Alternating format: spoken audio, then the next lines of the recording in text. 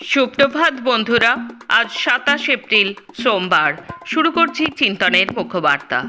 আজকের মুখ্যবার্তার বিশেষ বিশেষ বিভাগগুলি: আন্তর্জাতিক সংবাদ, দেশের সংবাদ, রাজ্যের সংবাদ এবং খেলার সংবাদ। আন্তর্জাতিক সংবাদ। মার্কিন প্রেসিডেন্ট শনিবার রাতে হোয়াইট হাউসে বার্ষিক নৈশভোজ অনুষ্ঠানে যোগ দিয়েছিলেন। সেখানে আচমকায় 50 গজ দূর থেকে ছুটে এসে গুলি চালান এক ব্যক্তি। তার হাতে ছিল অনেক অস্ত্র। অভিযুক্ত বন্দুকবাজকে গ্রেপ্তার করা হয়েছে। হোয়াইট হাউসের নৈশভোজের হামলার সঙ্গে ইরান যুদ্ধে যোগ রয়েছে কিনা তা নিয়ে এখনই নিশ্চিতভাবে কিছু বলতে পারছেন না মার্কিন প্রশাসন।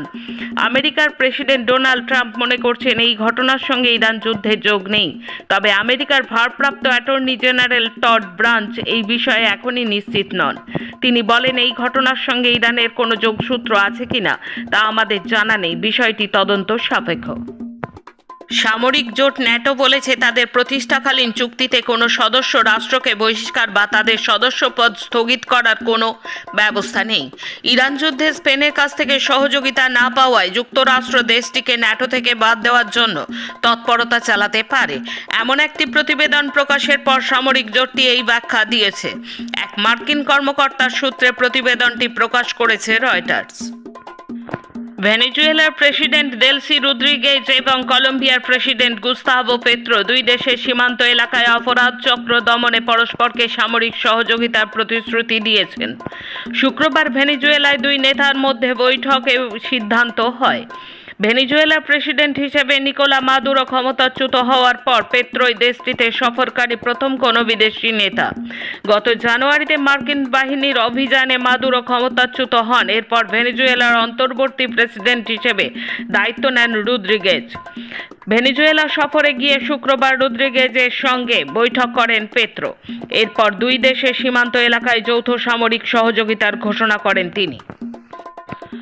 ইরানের সামরিক বাহিনী সতর্ক করে বলেছে, দেশটির বন্দরগুলিতে যুক্তরাষ্ট্রের অবরোধ অব্যাহত থাকলে তারা পাল্টা জবাব দেবে।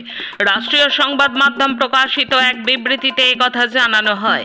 বিবৃতিতে ইরানের কেন্দ্রীয় সামরিক কমান্ড যুক্তরাষ্ট্রের পদক্ষেপকে ডাকাতি এবং সমুদ্র দস্যুতা হিসেবে আখ্যা দেয়।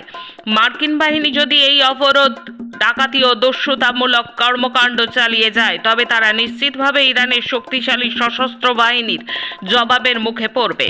ইরান আরও জানায়, তারা পরিস্থিতির ওপর নিবিড় নজর রাখছে এবং সম্ভাব্য যে কোনো হুমকির মোকাবেলায় প্রস্তুত রয়েছে।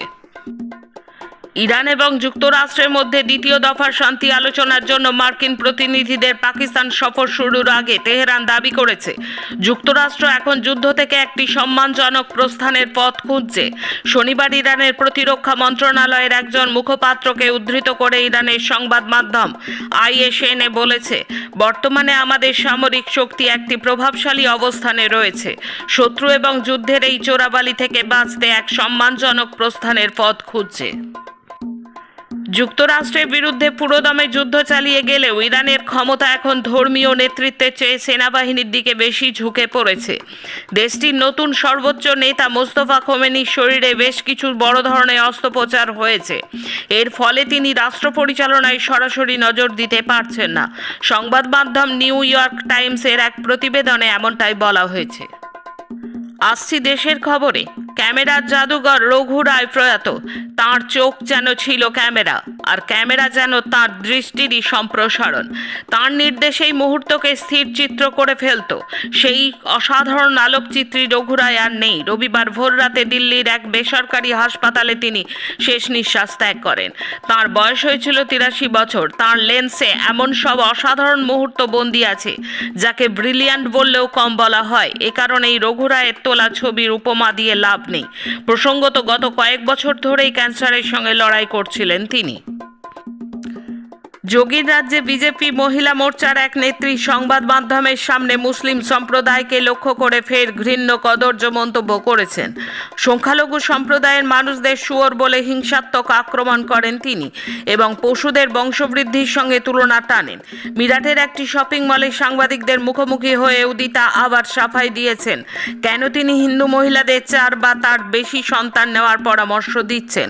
অত্যন্ত বিদ্বেষমূলক মন্তব্য করে তিনি বলেন, জিহাদিরা যখন গলা কাটতে আসবে তখন অস্ত্র এবং পর্যাপ্ত সন্তান না থাকলে হিন্দুরা বাঁচবে না।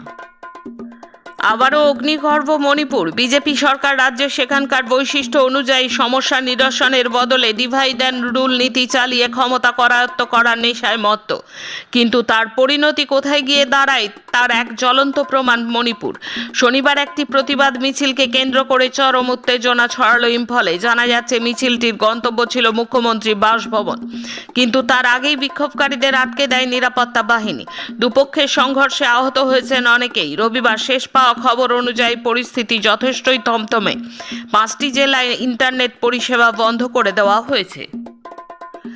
ভারতের জলপথে 384.68 কোটি টাকা বাজার মূল্যের প্রায় 77 কেজি হেরোইন স্মাগলিংয়ের দায়ে 6 জন পাকিস্তানি নাগরিককে 20 বছর সশ্রম কারাদণ্ড দিল গুজরাটের ভুজের মাদক সংক্রান্ত বিশেষ আদালত। প্রত্যেককে 2 লক্ষ টাকা করে জরিমানাও দিতে হবে, যদিও পাচার করা মাদক দেশের মাটিতে পৌঁছানোর আগেই বাজেয়াপ্ত হয়। ধরাও পড়েছে 6 জন। 2021-এর ঘটনার প্রেক্ষিতে এই সাজা ঘোষণা করেন 6th অ্যাডিশনাল ডিস্ট্রিক্ট জজ V.A. বুদ্ধ। 5 বছরে দেশে বিলিয়নারের সংখ্যা বাড়বে 51%। বাংলাদেশ থেকে জঙ্গি হানার আশঙ্কায় উত্তর পূর্বাঞ্চলের রাজ্যগুলিতে জারি হলো সতর্কতা। হায়দ্রাবাদ থেকে চেন্নাইগামী চারমিনার এক্সপ্রেসে আগুন। দিল্লি থেকে 228 জন যাত্রীকে নিয়ে ওড়ার মুহূর্তে ইঞ্জিনে ধরে গেল আগুন। দুর্ঘটনা সুইজারল্যান্ডের বিমানে। হরভজনের বাড়ির দেওয়ালে গদ্দার লিখলেন সমর্থকেরা। আম আদমি পার্টির ত্যাগী সাংসদকে পৃথক নিরাপত্তা দিচ্ছে কেন্দ্র। বকেয়া না মেটালে আজ রাতেই গ্যাসের কানেকশন কেটে দেওয়া হবে, এই বার্তা পাঠিয়ে মুম্বাইয়ে 100 গ্রাহককে প্রতারণা সাইবার অপরাধীদের। এখন রাজ্যের খবর। বুধবার দ্বিতীয় দফার ভোট গ্রহণ। এই পরিস্থিতিতে প্রথম দফায় কাজ করা কেন্দ্রীয় সরকারি কর্মচারীদের দ্বিতীয় দফার ভোটে কাজে লাগানোর পরিকল্পনা করেছে কমিশন। কমিশনের তরফে ওই আধিকারিকদের নিয়োগ করার জন্য জারি করা হয়েছে বিজ্ঞপ্তি। জেলা নির্বাচনী আধিকারিকদের কাছে এই নির্দেশিকা পৌঁছে গিয়েছে বলে জানা গিয়েছে। অন্যদিকে দ্বিতীয় দফার ভোট শান্তিপূর্ণভাবে করার জন্য এদিন নিরাপত্তা আধিকারিকদের নিয়ে বৈঠকে বসেন বিশেষ পর্যবেক্ষক সুব্রত গুপ্ত। নিরাপত্তা সহ একাধিক দিক খতিয়ে দেখা হয়েছে সেই বৈঠকে। কোন পরিস্থিতিতে কি পদক্ষেপ নেওয়া উচিত তাও বলা হয়েছে পুলিশের আধিকারিকদের। কমিশনের পক্ষ থেকে জানানো হয়েছে চিহ্নিত দুষ্কৃতীদের তালিকা তৈরি করা হচ্ছে। তারা যাতে কোনোভাবে ভোটে অশান্তি তৈরি করতে না পারে তার জন্য নেওয়া হচ্ছে পদক্ষেপ।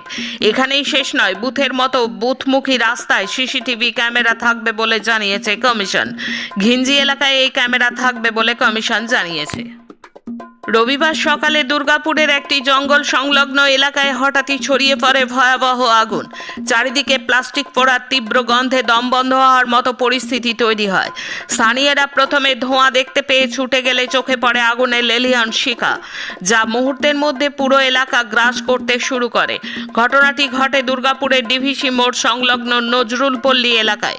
স্থানীয় সূত্রে জানা গেছে ওই জঙ্গলের পাশে দীর্ঘদিন ধরে পুরনো প্লাস্টিক বড় বড় বস্তায় মজুত করে রাখা হতো। রবিবার ভোরে সেই মজুদ প্লাস্টিকের মধ্যেই হঠাৎ আগুন লাগে।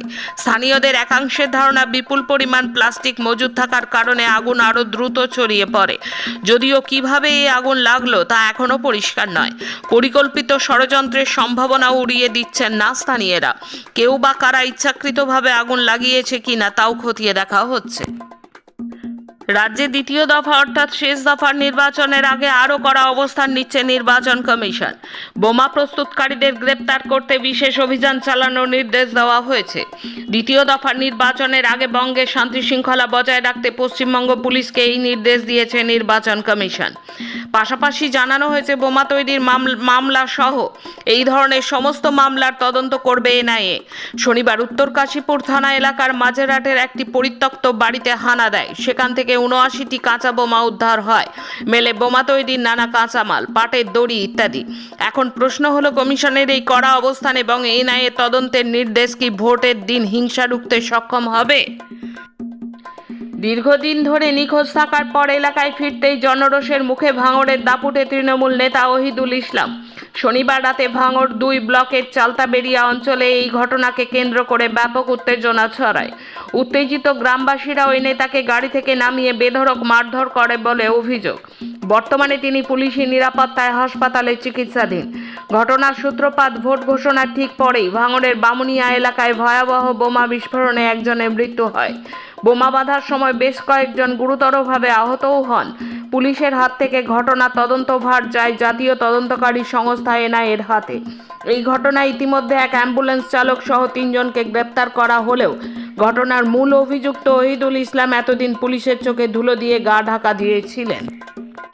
শেষে খেলার খবর। খেলার আকর্ষণ বৃদ্ধি করতে আগামী বছর থেকে বদলে যেতে চলেছে ব্যাডমিন্টনে বেশ কয়েকটি নিয়ম। তার মধ্যে অন্যতম 21 পয়েন্টের বদলে 15 পয়েন্ট করে হবে একটি গেম। ডেনমার্কে ব্যাডমিন্টন ওয়ার্ল্ড ফেডারেশন বার্ষিক সাধারণ সভায় নতুন নিয়মগুলি অনুমোদিত হয়েছে। 245টি ভোটের মধ্যে 198টি ভোটই পড়েছে পরিবর্তনের পক্ষে। মালয়েশিয়ার কাছে 2-3 ব্যবধানে হারার পর তুরস্কের নেসলিহান আরিন দুর্দান্তভাবে ঘুরে দাঁড়িয়েছেন ডেনমার্কের হর্সেন্সে চলমান উবার কাপ 2026-এর গ্রুপ পর্বের ম্যাচে তিনি জাপানের উদীয়মান তারকা তোমাকো মিয়াজাকিকে পরাজিত করে বড় চমক দেখিয়েছেন। নেসলিহান আরিন 16-21, 21-18, 21-19 গেমে জয়ী হন। আজকের মুখ্য বার্তা এই পর্যন্ত। নমস্কার।